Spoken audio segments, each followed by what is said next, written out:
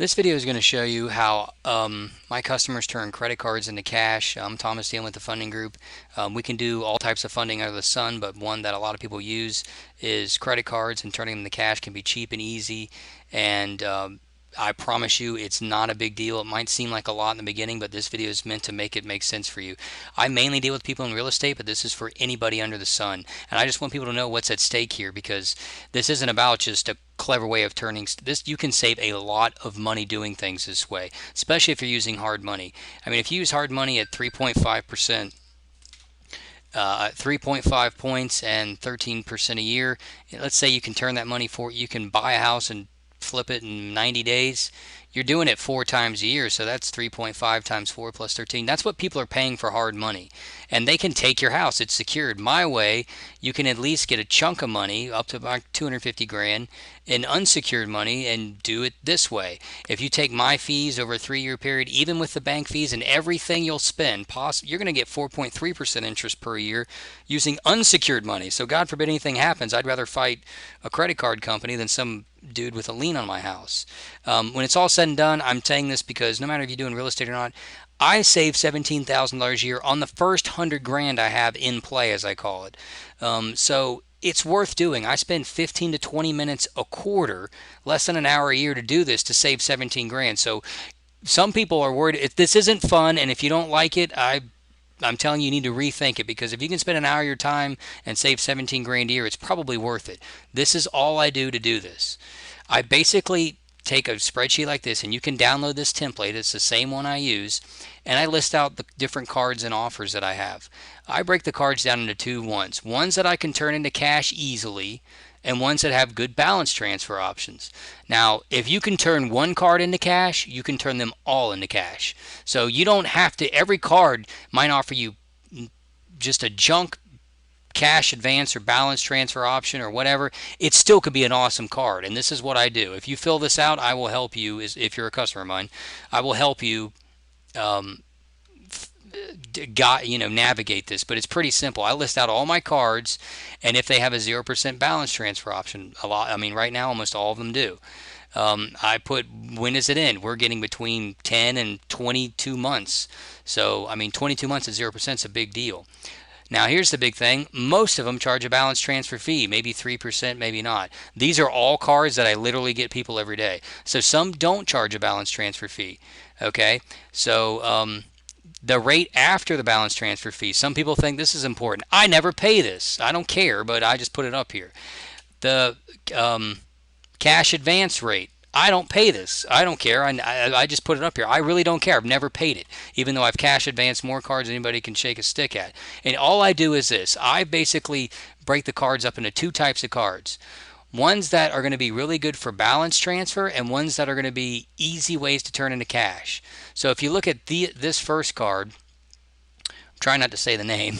If you look at it, that doesn't charge me anything to cash advance. It actually lets me, I can call them and say, if I get a $15,000 card, I can call them and say, take the 15 grand and put it in my checking account. They don't charge me a fee or anything. Now they might charge me some high interest rate for cash advances, but I don't care. I'm just going to balance transfer it at 0% for, let's see, I go down to my 0% cards here, and I put them in order. Here's the one I like the most, actually. It charges, this is going to be a bigger limit card. It charges me 3% for 20 months. I mean, if I could, that's less than 3% a year, obviously. So I'll turn this first card into cash. I'll put it in I'll have cash in my bank account with no fee, and then I'll turn around the next day, and I'll pay that card off with a balance transfer. All a balance transfer is paying off one credit card with another. All I have to do is get on the phone with card D, let's call it, and tell them, hey, I want to pay off, I want to do a balance transfer, I want to use your 0% thing. They're going to say, great. You give them the credit card number for this, and they will send a payment to this credit card. Now you've basically taken the 15 grand, put it in your checking account, made a $15,000 debit on this card, and then paid it off 2 days later with a balance transfer. And then it's just a wash, rinse, and repeat type cycle from there. There were a time where, some of these cards offer checks. I would basically write myself a check for 25 grand, go down to my best balance transfer option, balance transfer over the 25 grand, Then that frees up the 25 grand account again, write myself another check. So there are multiple ways to turn them into cash, whether it's by writing your LLC a check or even getting a cash advance. No matter what it is, as soon as you turn something into a credit card debt, you have balance transfer options, and this is the cheapest money on the planet. Once you turn any credit card into a credit card debt, you pay it off with a balance transfer. A lot of times you don't even have to pay a 3% fee. It's just you have to basically put everything down. I also have in here the limits of the card. So I put everything down in here, and if you can just, if you can't figure this out, I don't think you should be flipping houses or starting businesses. But if you just basically, you can basically say, well, this one's going to give me 20 grand at 0%, so you need to make up 20 grand worth of debt and transfer it over there. And it becomes pretty apparent when you put it in this format that this is a way to cheat money. Some people are worried about all this. If you do this and don't have the minimum payment feature on your account, I think you're crazy, or you're a lot more organized than me. So I basically put everything comes out of one account and one checking account. I always make sure there's enough money in there to cover. I put all this stuff.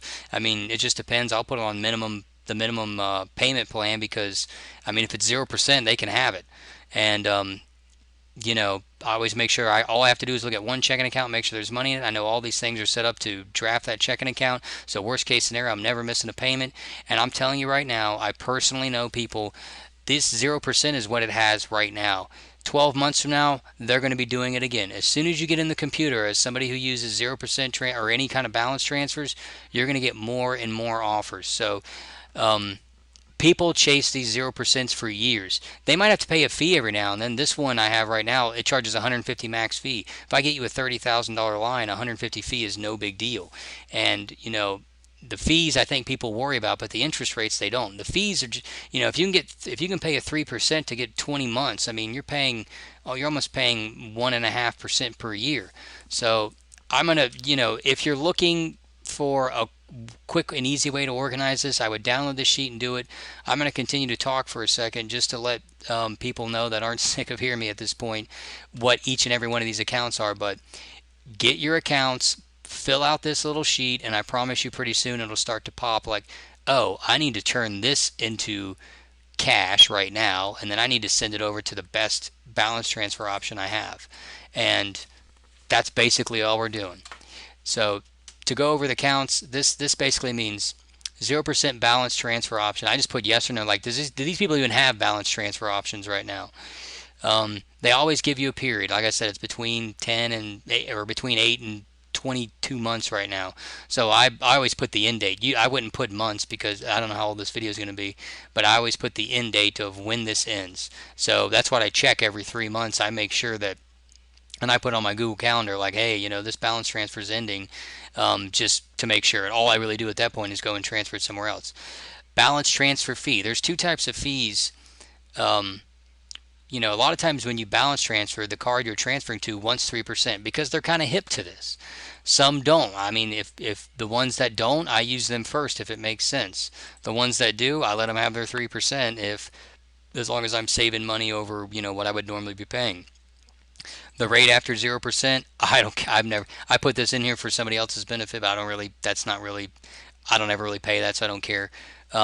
Some of the things have checks, which is nice.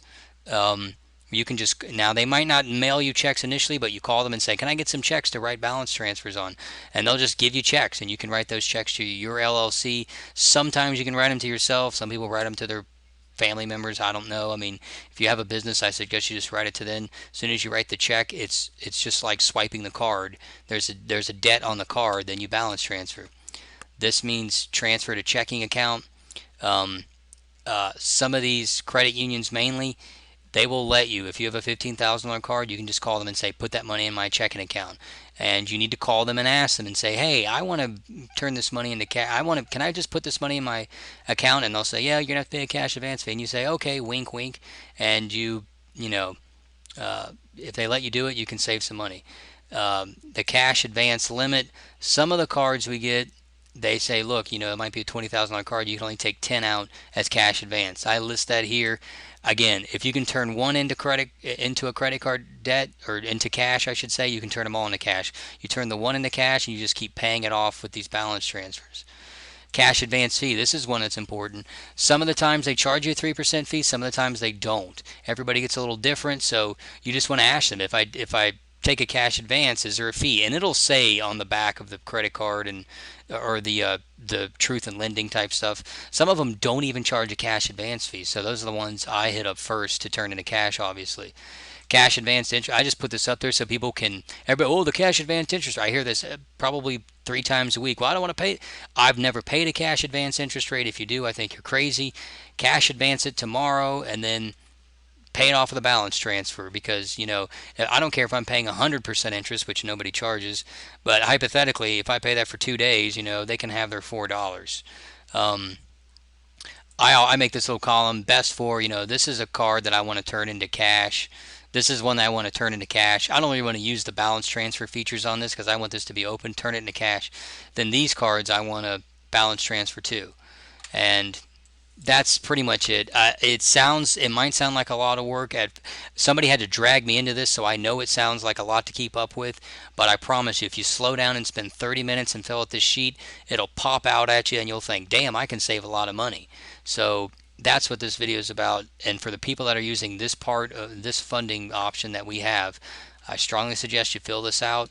You'll find pretty quickly that there's some really cheap money out there, and to me, it's every little dollar counts. If I can save $17,000 a year, spending about an hour and a half, I think it's probably the best hour and a half I can spend.